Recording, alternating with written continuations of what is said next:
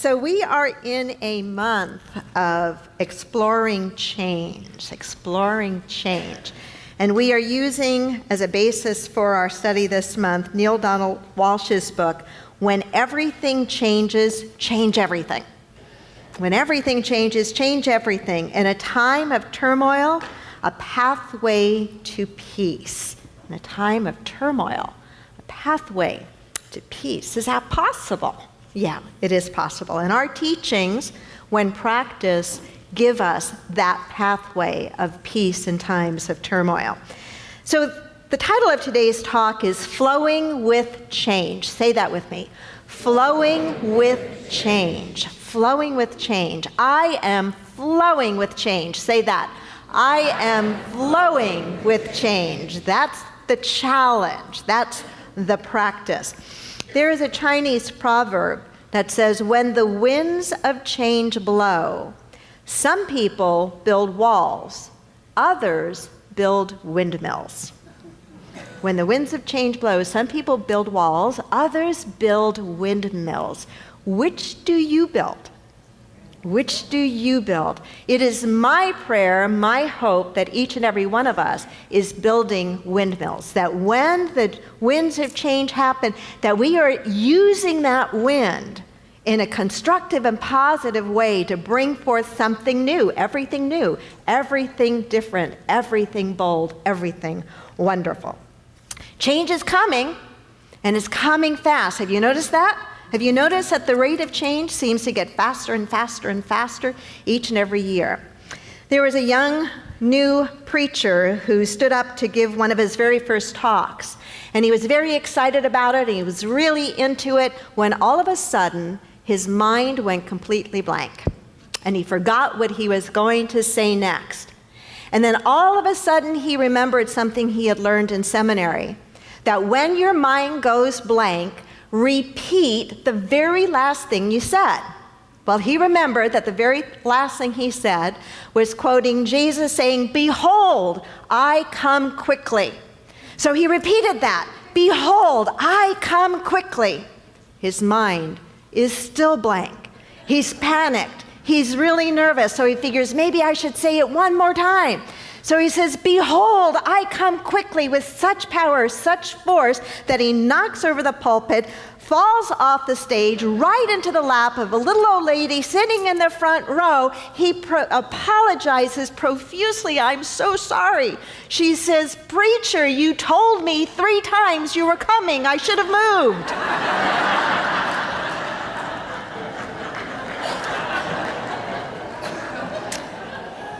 Yeah, don't you wish change always announced itself with such clarity, and that you responded to it not by getting up and moving, that's a little bit like building a wall, but instead by building a windmill and taking the energy of that change and converting it to something positive. As I say that, I'm reminded of the short while that I practiced the martial art of Aikido with my kids. And one of the things that sets Aikido as a martial art apart from most every other martial art is that Aikido is a completely nonviolent martial art. Now, you might say that sounds contradictory. Aikido is not about attack. Aikido is only about responding to the energy of attack when it comes to you, not to hurt the other person, but to actually use the physical force of the energy of attack coming to you in such a graceful, skillful, and artful way that you take that energy and you turn it around, protecting the other person while also protecting yourself.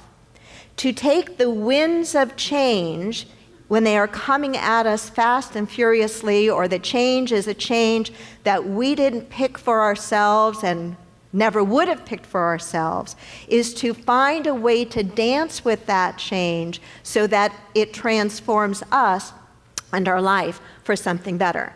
So change doesn't always announce itself, but we absolutely know that it is coming, and it is coming faster and faster. And we're in a series to look at how do we up-level our approach to change so that it becomes a catapult for our own growth and our evolution in consciousness.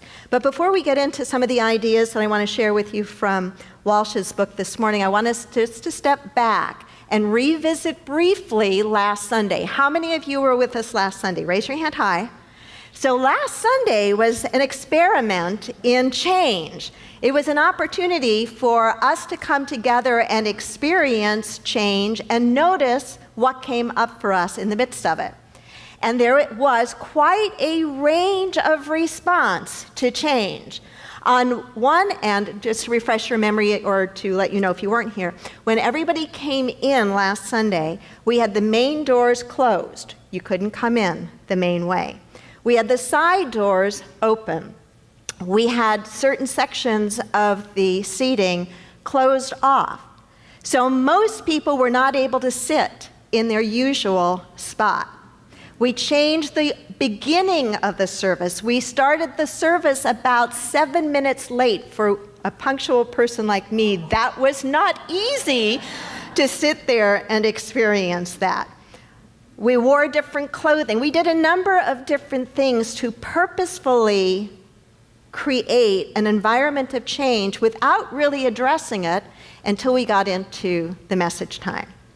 Well, the gamut of responses was very informative. From one person who came, took one look at the room, saw the caution banners that wouldn't allow her to sit where she usually sits, turned to Terry and decided, I'm not coming, and turned and walked out. One distinct response to change. Not building a windmill by any means in that response.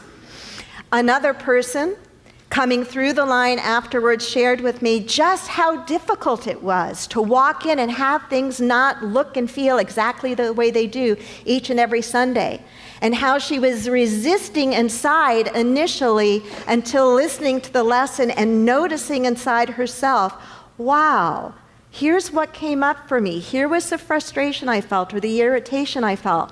But then by the time the lesson was over, being able to say, and now I know that I can respond to change a little bit better.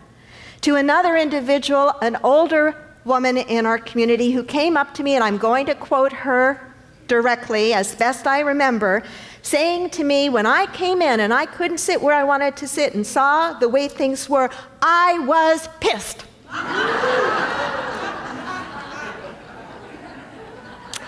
But then she said to me, I loved it because I think I've gotten a little self-righteous thinking that I know how to deal with change. And I realized by the feelings that came up that no, maybe I've got a little bit of work to do. I threw my arms around her and I said, I love you. And I meant that, mean that with all my heart and soul. To be able to be that real and to see yourself without filters and to say, I was angry, I didn't like it, but then to go, oh, I got it. I got it. That's what teaching is all about. It's a little bit like that saying, a minister's job is to comfort the afflicted and to afflict the comfortable. To the last that I'll share with you that I also totally loved. As I was getting ready to go to my car, I ran into Dr. Steve and to Angie, and we were talking a little bit about the service, and Dr. Steve said, I loved it. I think you should change things up like that a lot more often. To which I said, I don't know that we could handle that on a staff level, but thank you for that. And those of you who know that I was talking about your sharing, thank you. Thank you. So change, our response to change. We know that our thoughts are what give rise to or create, if you will, the emotions we have. And so last week we were looking at the thoughts that we hold about change. Walsh says, though, that we need to go deeper than that, and we need to understand where those thoughts are coming from. The thoughts trigger the emotion or cause the emotion, but where do the thoughts come from? He says that the thoughts come from, to use his terminology, what he would call inner truth. Small I, small t, not your divine self. Inner truth. And when he describes what that is, what he's describing is the story that we have bought into about ourselves. That story, or that inner truth, to use his terminology, comes from prior data. Where do we get the prior data from? All sorts of places. We get prior data from our family of origin, do we not? Absolutely. We get prior data from our teachers, from our friends, from the music we listen to, the entertainment that we watch, from the news. We get prior data that begins to build an inner truth or a deep belief. We get it from our culture. In fact, one of our members who is from Sweden said to me, Wendy, when I was sitting there, I was thinking about this part of the Swedish culture, that there is a word, jantelagen, for those of you who speak Swedish, jantelagen, and it is roughly translated as the law of me, and it is part of the culture. Jantelagen's culture is the idea of who do you think you are? And she said, and so in Sweden we grew up with this jantelagen, which is like, who do you think you are? And it's meant to keep people culturally small, to not be their full selves. So there would be an inner truth that would be built around that, right? And then, and we know this metaphysically, then what happens with these inner truths is metaphysically, they become or are the lens through which we interpret life. They become the lens through which we look at our opportunities, the lens through which we look at our challenges and our problems. They are the lens. So for example, if your dad told you all your life that you're pretty average, you're never really going to amount to a whole lot, nobody in the family ever has done anything great, and you're just kind of not going to be a star, you're just not going to ever amount to much, we collect enough data that becomes an operative inner truth. And so then, if we get laid off, or our spouse or our partner leaves us, or some big challenge happens in our life, we go, oh, Dad was right. See, this is proof. And it feeds upon itself and feeds upon itself deeper and deeper and deeper. So what do we do about that? Can we do anything about that? What do you think? That's not a very strong yes, but it is the right answer. Yes, yes. And in part, what Walsh takes us through, sometimes I find his reading a little difficult to follow, but what he takes us through is this idea that there is a third reality going on all of the time, a third reality. This is what he says about it. There is a reality going on that is higher than your inner truth and higher than the events you are experiencing.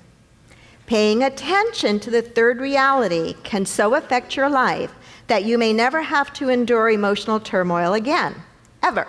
It's a pretty big claim. This is where a Buddha lived. This is where Christ resided. This is where all true masters live. It was a home of Yogananda. It is a home of the Dalai Lama. It is where you will find Thich Nhat Hanh and Western masters too, such as Stephen Levine, Eckhart Tolle, Byron Katie, and Mary O'Malley. They all live or lived from the third reality, which is the realization that what you think is going on and what you think about what you think is going on is not really what is going on. I will repeat that. And not because I don't know what's coming next.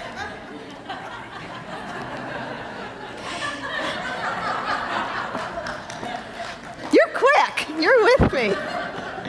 It is a realization that what we think is going on and what we think about what we think is going on is not really what is going on. I'll make sure we get that in one of the things that we put on Facebook for you. So what we think is going on and what we think about what we think is going on is not really what is going on. When we can remember this idea that there is a third reality, or what I've always called the God agenda. the God agenda, which means that the events that are happening in my life look on one level to be happening for a particular reason, or maybe no reason at all that I can see on a particular level. Yet the God agenda, or Walsh's terminology, the third reality, says that there is something beneath that, and that something beneath that is meant to bring us forward, meant to evolve us, meant to grow us. And then he goes so far as to say, because it is meant to evolve us, meant to grow us, we can change that inner truth by believing that all change is good. Now that can be hard to swallow sometimes, correct?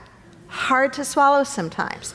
And he points to nature and life itself, as many evolutionary biologists do as well. That when you look at life from a biological standpoint, of which we are certainly a part, everything grows and adapts to survive or thrive, ideally thrive, in the environment that it is in. And when organisms grow and evolve to survive in changing circumstances, they grow and evolve toward greater complexity and greater sophistication. That life is designed to be forever upward, turning around the spiral, if you will, ever upward toward improvement. That is true of you and me as well. And is that not a powerful way, truly a life-changing way, to flow with the changes that are happening in our lives personally and the changes that are happening at an accelerated pace in the world as well? It is not going to serve us literally or metaphorically to walk into a room, to walk into life, see that it has changed, and say, I'm leaving until there's a better version of it. We've got to go into it directly and trust that there is a third reality. There is a God agenda going on, and if we will stay with it, we will come to a point where we can understand what that is. It is the same as that Chinese proverb, when the winds of change blow, some build walls, others build windmills. The choice is up to us, isn't it not? The choice is up to us. He also suggests to change our idea about the purpose of change. Think about that for a moment. To change your idea about the purpose of change. This is what he writes. We have been viewing change as a disruption, a break in the flow, a shift in direction, an alteration of our lives. We've been viewing change as a disruption. Do you ever look at change as a disruption? Yeah, I've got to admit I do too. We have been viewing change as a disruption, a break in the flow, a shift in direction, an alteration in our lives. But change is not a disruption, but rather an eruption. That's good, I think. But rather an eruption. It is life erupting into fuller bloom. Change is not a break in the flow, it is the flow. Change is not a shift in direction, it is the direction in which all life moves. Change is not an alteration in the condition and circumstances of our lives, it is the conditions and circumstances. So what does that mean? This layoff, this change called a layoff that I've just experienced is not happening because I'm a mess up, but is happening so that I can have a freer, fuller, purpose-driven way of contributing and being blessed with abundance in my life. This divorce is not happening. This change in my status relationally is not happening because I'll never find happiness and love again, but is happening so that I can have a fuller, richer, more beautiful, more meaningful relationship in my life. This change, this health challenge is not happening to punish me, is not happening because I'm not worthy of health and vitality, but is the very catalyst for me to awaken to changes I may need to make both inwardly and outwardly to quicken the life force within me. Change for the better. Change for the better. If you say that to yourself, you can take it a couple of different ways, can't you? Change is for the better. Change for the better. Alan Cohen wrote in A Daily Dose of Spirituality, "Nothing happens in a vacuum. Everything leads to something else.